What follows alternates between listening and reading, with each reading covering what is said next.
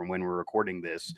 Now, you eventually burst on the scene as a Mountaineer and obviously became a Hall of Famer and put some major numbers up. Before we get to your exit and that, which you've talked about recently as well, anything about your career that you think fans don't know that you want them to know, behind the scenes stuff that maybe you want to get out there? Everyone knows the yards and knows the moments and knows that run.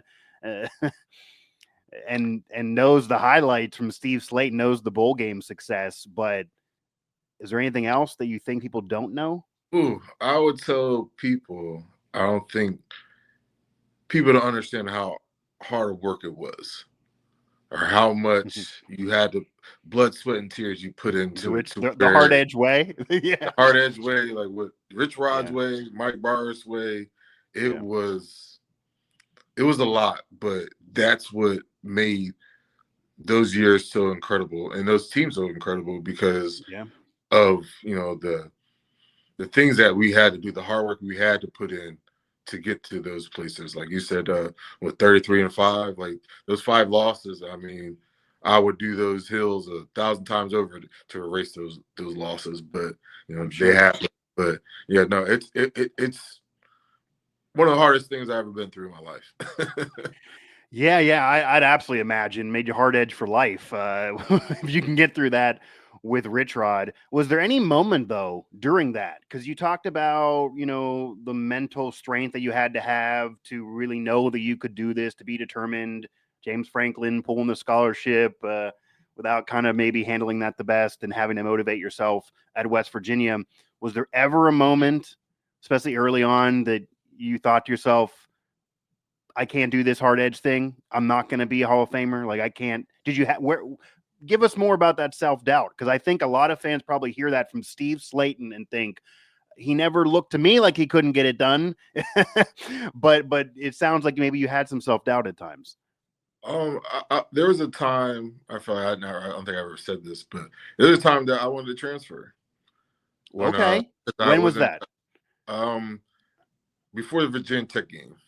Like, Okay. because I wasn't redshirted, so I felt like I was wasting a year not playing. Oh, I hear that. Okay. Wasn't getting any playing time, so it was just like, I'm Yeah. wasting this year away. I might as well go somewhere I can play. Okay.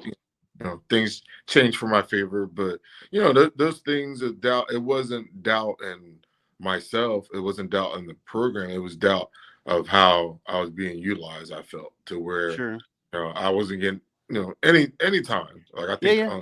the only game I played was Walford, and it was just like those are tune-up games you have. Yeah. So Yeah. it was one of those things where it's like I'm wasting this year. If this is the beginning of the year, if this is a sign to come to where it's like I might as well just leave to where I can go somewhere and play. Was that serious? Like, did you put feelers out to Oh other no, schools? Or no, were you just thinking that was, about it? I was just thinking about it to where it's just like, man, this sucks. I'm not playing.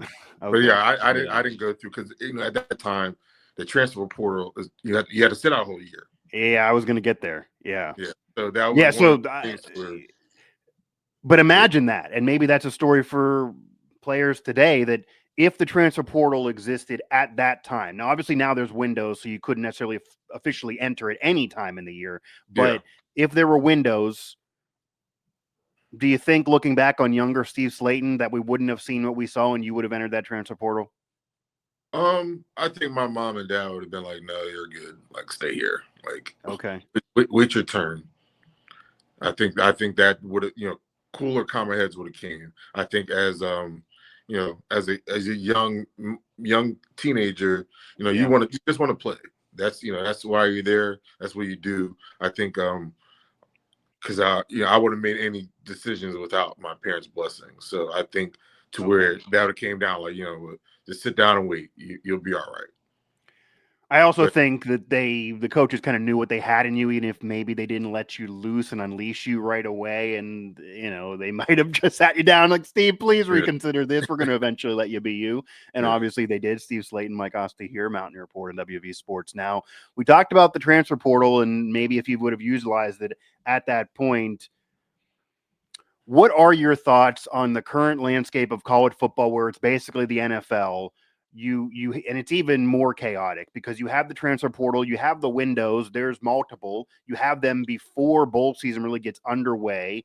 Teams, you mentioned Penn State, they lost their backup in the midst of a playoff run that could have been an issue, but the kid had to go because of the academic calendar and getting himself to a solid spot. You have the spring portal. If people lose out on starting jobs, maybe, you know, that first year you did, and maybe you would have entered even at that time before you even get to the Virginia Tech game.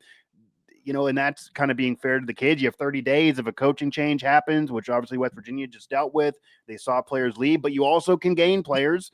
And there's also absolutely times where a coach sits down a player and says, I'm asking you to kind of go to the portal, as almost as a professional releasing situation. It does go both ways.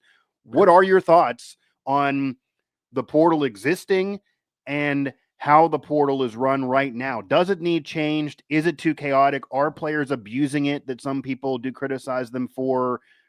Is this just fairing it up the way it used to be? What's an old school Hall of Famer think of the current situation, which college football? Because as you know, a lot of fans hate the portal. I have a lot of thoughts on it because there's only so many schools, right? But there's a lot of kids in the portal.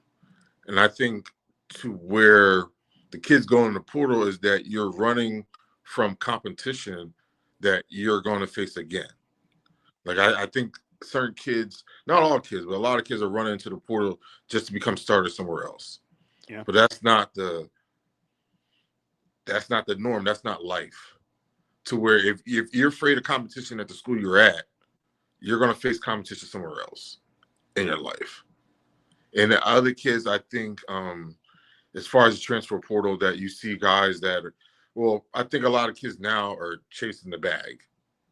Oh yeah, They're chasing money, which yeah. I don't think is a bad thing, but an overall decision for your football career is a bad thing because when you get the NFL, it don't work that way. It ain't gonna work that way. So it's not you ain't gonna be, oh no, you're gonna have to sit down, you have to wait. And the one thing about being an NFL and college is, film is the overall equalizer. If you don't got no film, you have no worth.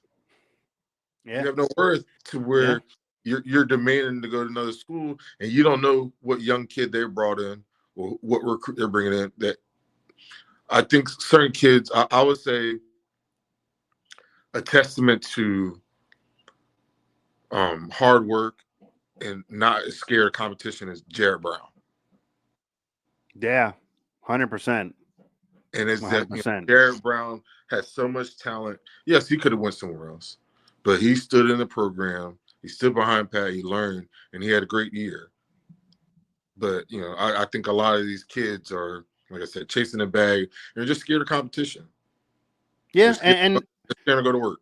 Yeah, and to be fair, for a present day example, Nico Marchiol is kind of that as well. He came to West Virginia. He lost out in a battle to Garrett Green. He's still staying. People thought he was going to transfer each of the last 2 years. He's still there doing the hard edge thing. We'll see what the future holds, but you give kids credit for doing that. Do you think we need to have the portal though? Do you like having the portal even if kids are making wrong decisions in some people's mind? Because as you mentioned, you didn't have the portal in your day. And even though obviously we all know there were backdoor deals and, money was exchanged, it's going back to 50, 60 years ago. There's movies about it, but there wasn't the portal, as you mentioned. Even if someone's offering you a bag, you have to sit out. That would have been a big thing. Now that's not the case. Do you need the portal? Would you wish the portal would go away to preserve kind of what college football was, so these kids have to stay? Do you want to see a change in windows? I don't know if you saw, but just a couple days ago, the FBS coaches voted to shrink the portal to have it, but shrink it instead of 2 30-day windows to have one 10-day window the whole year. That would be a drastic difference to what it is right now.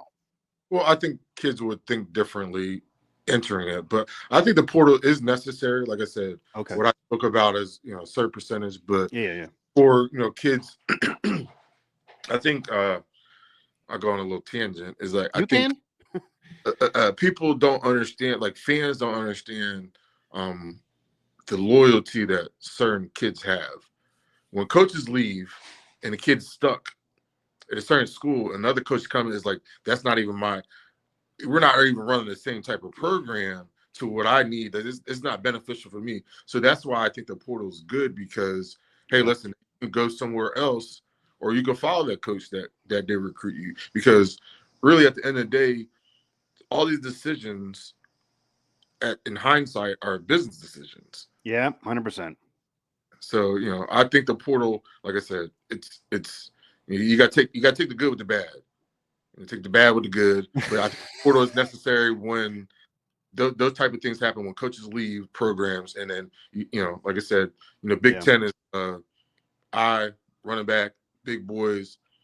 If that's not your type of style of game, you shouldn't Yeah. stay around there. You should go somewhere that fits your style of game, and not the only thing to where, in a sense, instead of chasing a bag, you should chase a system that's gonna uplift your game for the next level. Yeah, and I don't know if you would agree with this, but I'd imagine you would, kind of what you're alluding to.